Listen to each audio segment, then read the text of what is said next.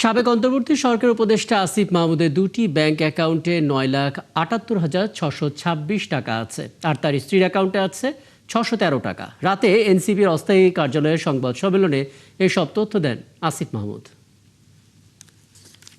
আমার স্ত্রীর একটা অ্যাকাউন্ট আছে, সেখানে 613 টাকা আছে।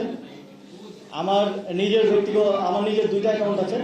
দুইটার মধ্যে একটা আমার ব্যক্তিগত অ্যাকাউন্ট, সেটা হচ্ছে সোনালী ব্যাংকে, এটা আমার সেভিংস অ্যাকাউন্ট। এটাতে 9,930 টাকা আছে। আর আরেকটা হচ্ছে আমার স্যালারি অ্যাকাউন্ট, যেটা আমার গভর্নমেন্টে থাকা অবস্থায় স্যালারি সহ গভর্নমেন্টের আরও যেই টিএডিএ সহ যেই লেনদেন, সেটা এই অ্যাকাউন্টের মাধ্যমেই হতো। এই অ্যাকাউন্টে এখন আছে 9,78,626 টাকা, এবং এই অ্যাকাউন্টে মোট ট্রানজ্যাকশন, মোট ক্রেডিট হয়েছে 85,81,000 টাকা, আর ডেবিট হয়েছে 76,03,000 টাকা। এখন আছে 9,78,000 টাকা।